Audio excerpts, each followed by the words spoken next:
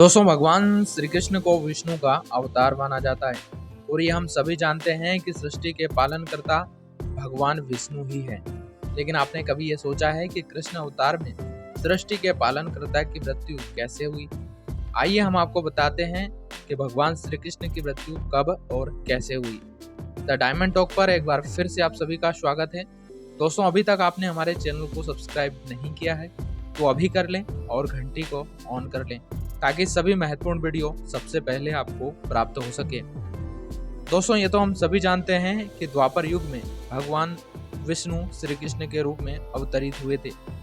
लेकिन ये कम ही लोग जानते हैं कि भगवान श्री कृष्ण की मृत्यु उनके राम अवतार के एक मात्र छल कपट का परिणाम था। पौराणिक कथाओं के अनुसार श्री कृष्ण की मृत्यु का कारण महाभारत युद्ध में कौरवों की पराजय थी। 18 दिन चले महाभारत युद्ध में दुर्योधन की मृत्यु के पश्चात जब युधिष्ठिर का राज्य तिलक हो रहा था, तब अपनी 100 पुत्रों की मृत्यु से दुखी माता गांधारी ने महाभारत युद्ध के लिए श्री कृष्ण को दोषी ठहराते हुए श्राप दिया कि जिस तरह कौरवों के वंश का नाश हुआ है, ठीक उसी प्रकार तुम्हारे वंश का भी नाश होगा। महाभारत के मौसल पर्व में भगवान कृष्ण के मानव रूप को छोड़ने का वर्णन है। इस पर्व में वर्णित कथा के अनुसार श्री कृष्ण की मृत्यु महाभारत युद्ध के 35 वर्ष बाद हुई थी। वर्षों के बाद द्वारका नगरी पर माता गांधारी के श्राप का रंग दिखना शुरू हो गया था। गांधारी के श्राप को भांपते हुए श्री कृष्ण द्वारका से यदुवंशियों को लेकर प्रवास क्षेत्र में आ गए।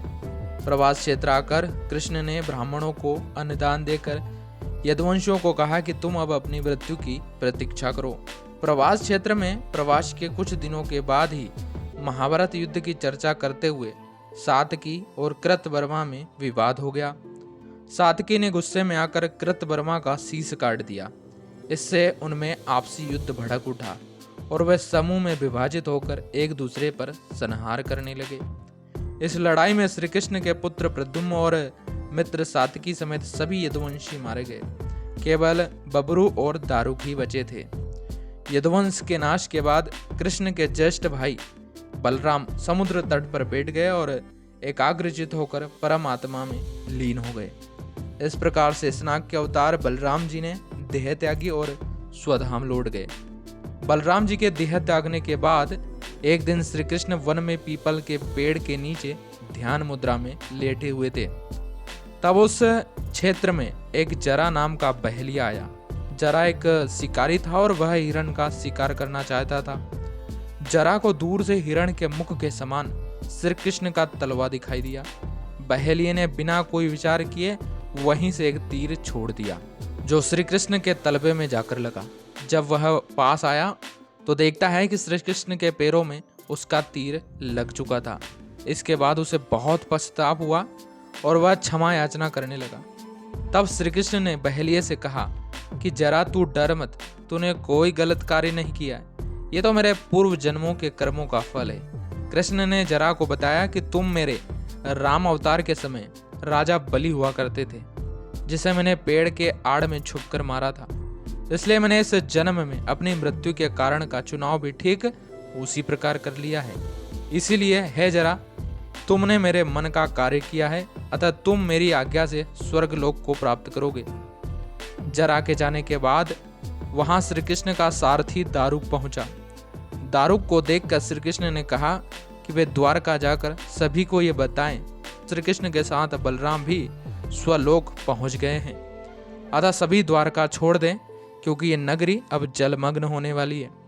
उसके बाद उस स्थान पर सभी देवी देवता, यक्ष, किन्नर, अप्सरा वहां पहुंचे और उन्होंने श्री कृष्ण की आराधना की।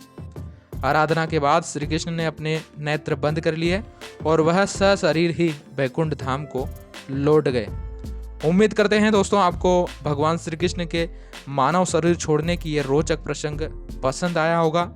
यदि पसंद आया है तो वीडियो को लाइक करिए, चैनल को सब्सक्राइब करना मत भूलिएगा। चैनल को अभी सब्सक्राइब कर लीजिए ताकि सभी महत्वपूर्ण वीडियो आपको प्रतिदिन सबसे पहले आपको प्राप्त हो सके। और हाँ, कमेंट में जय श्री कृष्णा जरूर लिखिएगा और इस वीडियो को ज़्यादा से ज़्यादा शेयर करिएगा। जय श्री कृष्णा।